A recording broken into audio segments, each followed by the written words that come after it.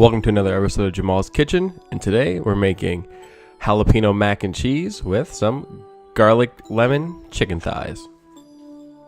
We're going to start by crushing and mincing 1 clove of garlic for our chicken thighs. You can actually add a little bit of salt to your garlic to help chop it down even finer than you could normally. After our clove of garlic has been minced, we're going to add it to a bowl, then open up our pack of chicken thighs and add that to the same bowl.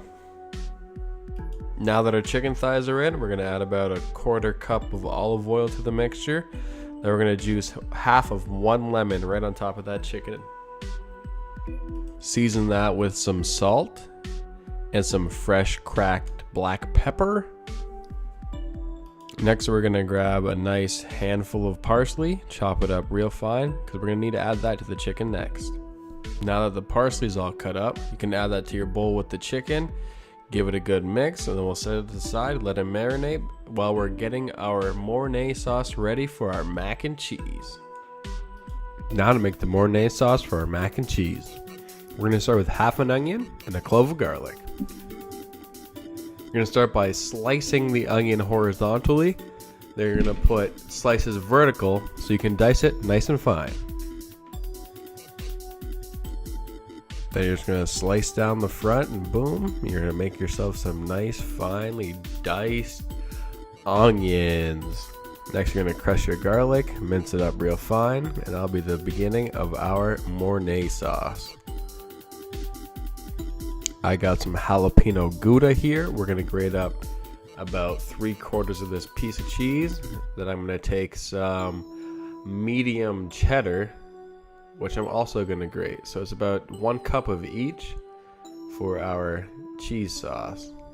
Now we're going to bring a sauce pot over to the stove, put 4 tablespoons of butter in it, melt the butter. Once the butter is melted, add your chopped onions and garlic and begin to sweat them. At the same time, we're going to be preheating a pan with some olive oil so we can sear our chicken thighs and throw them right into the oven. Now that our onions and garlic have browned, we're going to put equal parts flour into the mixture. So if you do 4 tablespoons of butter, you'll do 4 tablespoons of flour. And this is what we call a roux. Now that the oil in the pan is hot enough, we can throw our chicken thighs in, skin down, and get a nice crispy crust. Now that our roux is cooked for about 5 minutes, we're going to add about 1.5 cups of milk to start building the base of the sauce. Slowly whisk in your milk and try not to splash it everywhere like me because it's going to dry up. It's not going to be fun to clean. And add more milk because you didn't add enough. And then add about 1/2 cup of table cream, or 18%, to help give it a more creamy texture to your sauce. Now that the base of our sauce is ready, we're going to be able to go over and flip our chickens. Look how golden brown and delicious they are. Then we'll throw those in the oven at 400 degrees for about 20 minutes or until they're fully done cooking. Now that the chicken's in the oven, we can start to cook our shell pasta. Dump the noodles into heavily salted water and cook them until they are al dente. It's time to turn our cream sauce into a cheese sauce. First, I'm going to save some of the cheese for the top of the macaroni after. Then you're going to want to dump all the cheese into that pot and give it a good stir. Look at that. Look at how silky, smooth, cheesy, delicious this sauce is. It's going to be great on top of the pasta as soon as it's finished cooking. Season it with a little salt and pepper and then set it aside. Oh, look, our pasta's ready. Things sure do happen fast around here, but now it's time to add our hot, ooey gooey cheese sauce to our pasta. Yeah, get a nice close-up on that. Look at that sauce. Give it a good mixy. It should sound like this.